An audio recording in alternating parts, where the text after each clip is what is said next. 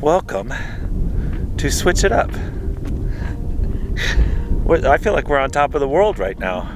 It feels like it. Let's see, if they could figure out where we are just by this intro, they should get like an award or something. But if you look around, it's 360 degrees views, and you can see 4 states. Well, that right there gave it away. I don't know about that. I I wouldn't know. If I'm sitting at home, I wouldn't know. Well, you're not. Well, then. I'm not normal. I know, we all know this. Here's what we're gonna do. We're gonna roll the intro, and we're gonna see what we can see over the next couple days. This is like a stopover time for us, so we thought we'd give you something, a little tidbit as we're running around. That's what I'm calling it, as a tidbit. This is a tidbit episode. Roll the intro. A man and a woman left their home to switch things up and go on the road. They didn't know where they would go, but it's gotta be better than staying home. They switched it up. They switched it up.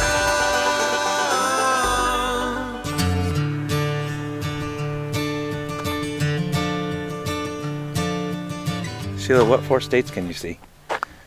I could not. I can name Colorado, can name Arizona, can name Utah. One more.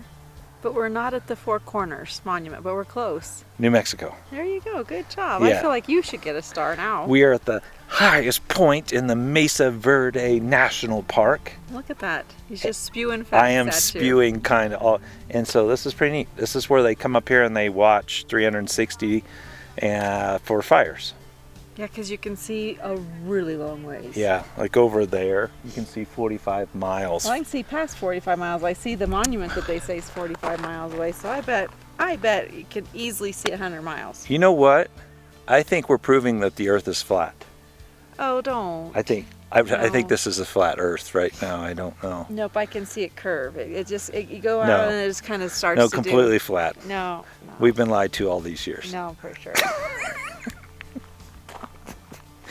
As a matter of fact, I think they did the moon landing right over here, actually. Don't even start, Todd. Yeah, it's weird because we're staying in a Harvest Host down that direction and past Cortez. The crazy part is driving here, I was like, oh, it doesn't look very tall, very high. We just came out of the mountains, which was really neat. And then you just keep driving up and driving up. We're going to see what's in this area. The Mesa, this is a national park, and just go see. How many national parks are there? What's that? Oh, it's a building. It's like, look. Do you know how many national parks there are? 63. I just looked it up. How many have we done? Not very many, actually. I was like, oh, I feel like we've done a lot, and then I looked and I'm like, we'll count them up. We'll maybe share with you later how many parks we've done in the last 20 months or so. Yes. But let's go see what's next. Why is Mesa Verde a national park? Let's figure that out. Well, you know why it's called Mesa Verde? It was from the Spanish. It was from the Spanish when they were touring. They were touring. Yeah, they just toured. And back in the day, the original tourists were coming through and really upsetting the natives that were here. But Mesa Verde was Green Mesa. Did you know that? That's like Spanish. But it was all a lie because it wasn't really a mesa because it had steep drop-offs everywhere. Anyway, that's what the sign said. Well, I think there was the Ute and the Pueblo tribes were here. Yeah, and across, I did not realize this when you're looking at the Four Corner map up here on the top. There's Navajos were on one side, you had Utes over here. I think there was 2 other tribes, so it's like they had their own areas all scouted out around here. I'm trying to figure out why here. Why here? It's not like you can, although the down in the area is pretty fertile and you could, have crops and stuff, but I'm not seeing like a ton of live animals running around. Well, those have probably been hence moved off, but yeah. I don't know. I'm just like, this seems like a very harsh environment in which to settle. That's true. I'd hate to, in the summertime, I bet it gets pretty hot here. Yeah. All right, almost back to the truck. A little bit of a hike up this way, just so you know. And the air's thinner. Yeah, I can't breathe.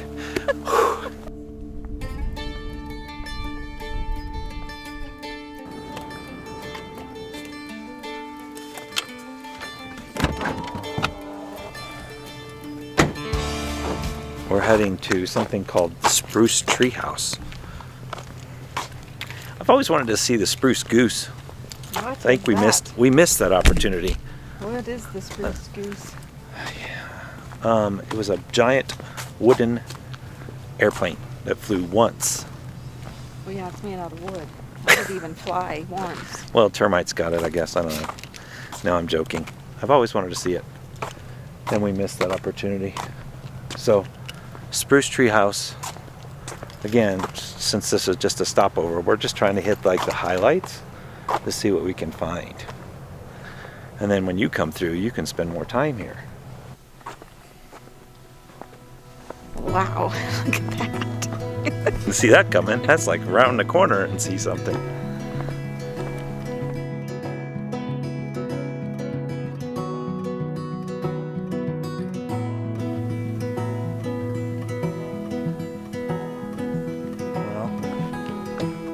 Spruce Tree House. I think the whole idea of them choosing that area to build is very unique. But it had to be cool from like the summer, because you're in the rocks, tucked away down low. Yeah. And in the wintertime, What? Get out of the way. you had to turn around and, you know, you'd have heat, so you could have fires and stuff. It's pretty cool. Interesting fact, though. The Spruce Treehouse Trail, this is all the farther we can go. This is it. It's closed. It was closed in 2015 due to rocks falling. And they want to shore things up, I guess. You can just come down a little trail and look at it. Just look at it. It's pretty impressive. I mean, it's like you got this little flat area, and all of a sudden, boom, just straight down, drop off. All the way down there until they made the Spruce Tree House. That's crazy. This one patch of grass, that's like the only patch of grass I've seen for hours. It's right there. But then it just completely drops straight down into, like, there's a cave and stuff down there. Well, there's some stairs. Oh, that wasn't done by them. That's got concrete. No, I think the concrete just shored it up. Oh, I don't know. that's crazy.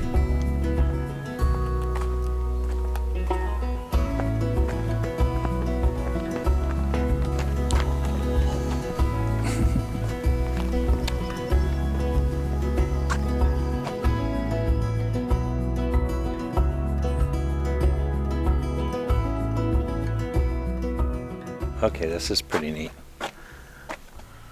Look at that. Look at it. All right.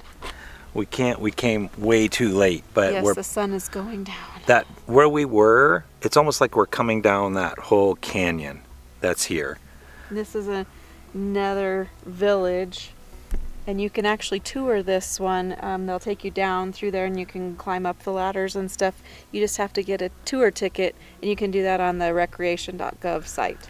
But it is so far up from the bottom. Yeah, like It's to get water for the day.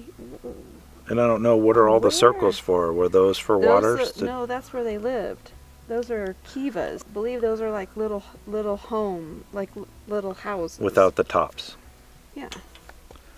I just want you to listen how quiet it is.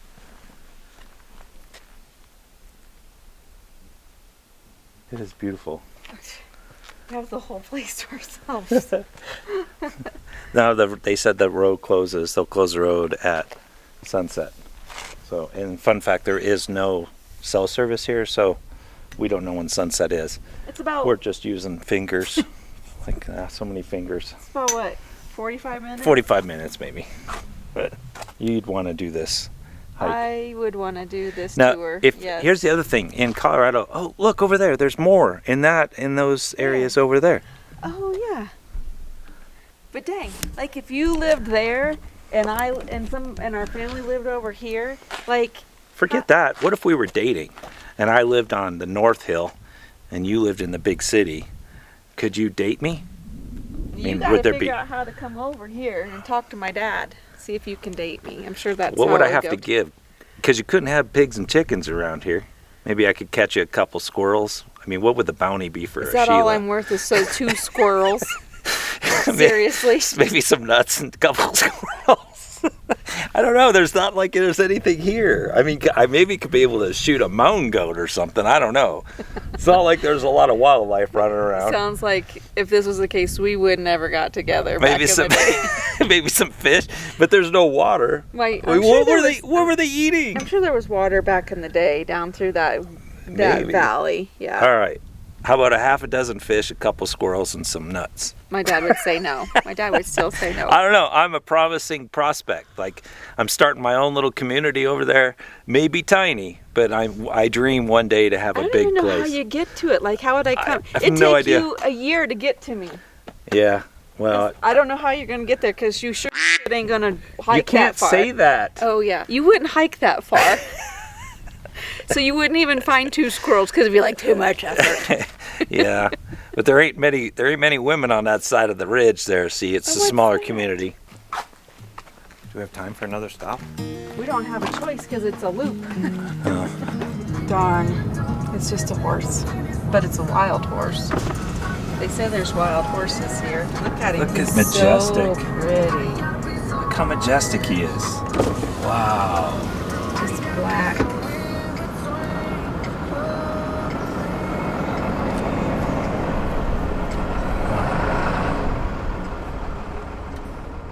I've been acting like a wild man, sleeping like a child. Sheila, that's the way we end this on that. That's beautiful. Isn't that a beautiful sunset?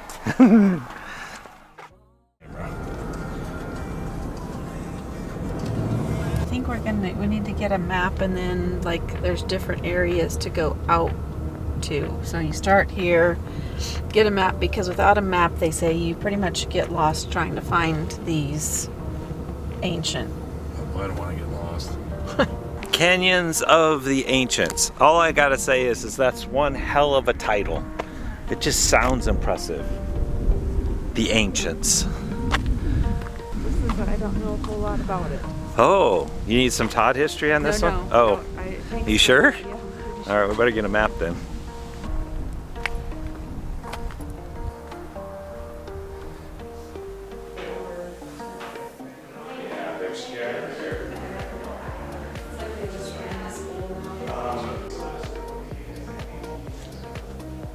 See this? This turns into adventure hat time because they showed up, Joe and Kristen. They're like, "Hey, look at this." It's only a 6-mile hike, Joe. Yeah, we're not said. doing. Yeah, we're not doing the 6-mile loop. This one's a half mile. Yeah, One way. one way. We'll see. So if you're saying, like, if we were back in the days, our family would have died of thirst and hunger. Listen, you wouldn't have died in thirst and hunger.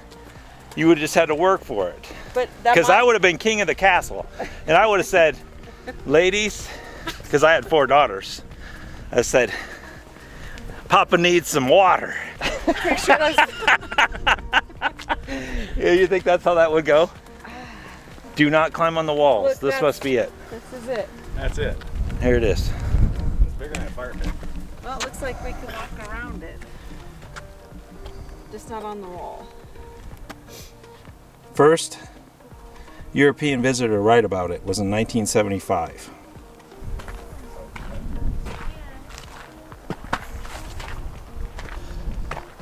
Wow.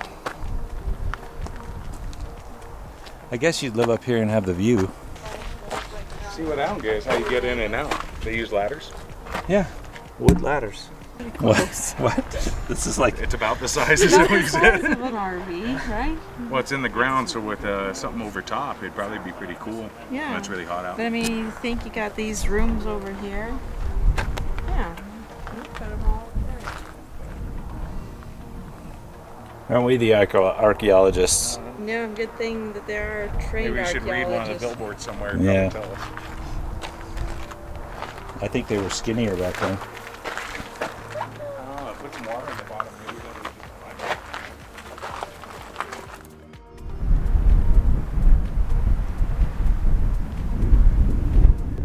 why they chose to live up here. You know, you have water that you can get down this way. On the other side, you can see forever, maybe for defensive mechanism or going hunting or that kind of stuff. But I mean, it's 360.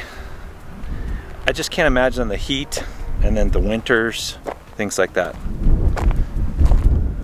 But comparatively speaking, if you go into Mesa Verde, which is that direction, they all chose to live in the canyons. So it's, I don't know, it's crazy to see how different people, and there was no written language here. So there's no history. And with no written history, it was all oral. But then they said all the languages were different. So just in a small region, you could have 4 different languages as different as Chinese to English. So for them to get that correlation between the two and communicating would be really difficult. It's nuts. Here's the other weird thing. If you look back to like 1100 to 1400 here, what they're making with stone pottery and doing all that, over in Europe, they're already fighting with swords and armor and building ships, and it's just so much like difference in technology from there to here. I mean, you're still using flint and making your own pots in that same time frame. It's kind of hard to put your mind around how big of a difference. So when the Spanish came through, of course, I mean, they've got chain armor and all the other stuff going on with swords and crossbows, dealing with people still making spears out of flint. It's just hard to put your mind around the difference in technology and where people were in history at that time.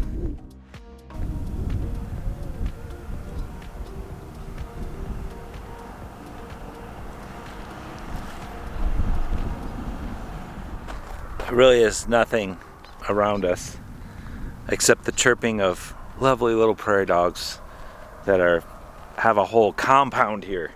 There's thousands of them. We are harvest hosting. We're heading our way from basically 𝗬𝗓𝗃, Colorado, over to Moab. About 2.5 hours over, we found a harvest host. That is 𝗲𝐵 cattle camp.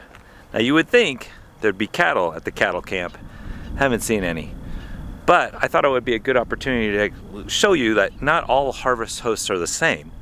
This one actually is, what they've done is they made their long driveway. They made an offshoot with like 5 different areas that you can pull through. They have a nice little thing up there where one of the children are making yard ornaments, and there's a book area that you can, you know, take and put a book in or take a book out so you can read while you're hanging out. It's a great area. It's just in the middle of a field. Now, some people will look at harvest hosts of going to like breweries or wineries or golf places or all those things. This one's just out in the field, and you can stay here, I think, for 3 to 5 nights if you wish. It's a great little area. Long, huge pull-throughs. Everyone's spaced apart quite nicely. Quiet hours are from 10 to 7. It's kind of, if this is your stopover on your way to go to like Moab or something like that, a harvest host might do you good in this situation. So we're packing up, pulling the slides in. Wish we could have done more here around Cortez with all of the different exploring, but the couple hikes and the things that we saw were pretty neat. Now we know when we come back this way, we'll get and go up to Mesa Verde, and we'll get the passes so we can actually go down and do all the ruin tours. Right, Sheila? Well, honey. She's packing up. Travel day, I was telling them about harvest hosts. Oh yeah. So you found this one. It was like a stopover as we were coming, right? Yeah, I mean, I think that's one thing that I love about harvest hosts is there's just like, they're kind of, a lot of times when like just scattered across, just scattered in remote places across country, gives us an opportunity to, as we're moving across, just to have a quick overnight. Yeah. And with solar and by. everything like that, it makes it super easy. We don't have to run a generator like he does. But I don't know. Yep, there's an app. It has more than paid for itself within one within one stay, so it pays for itself. Just have to stay one time. A lot of harvest hosting, you know, they ask that you maybe go in and purchase something, you know, like a lot of times if we're at like a brewery or a restaurant or something like that, just to be coordinated. This one just happens to be out here in an open field. In an open field. Yeah. Plenty of room to roam, and I just sat and drank coffee in the morning and watched the prairie dogs run. Where Sheila was sitting there going, man, if my dad was here, he'd be sitting there with the 22 and shooting all the prairie dogs. My dad shot prairie dogs all the time. If you're a farmer, I imagine you can relate. Or you probably have a good story about prairie dogs. But absolutely. They're digging tunnels like I'm standing on a tunnel right now. Yep. They're like underneath your rig running around. I was laughing when we went out to eat, and I said, what if we came back and like the whole rig was just like tunneled under and it was just sitting flat? That'd be a lot of prairie dogs. All right, quick little stopover. Thought we'd just give you this little video, just kind of give you an idea of what's around the area. And go see Mesa Verde. Yes, I told National them Park. Did that, you tell them that? Yeah, they should get the passes to go down into the ruins. Oh, absolutely. Yeah. Absolutely. All right, that's it. Adios. Sometimes RV life is short and simple. We'll see you in the next one.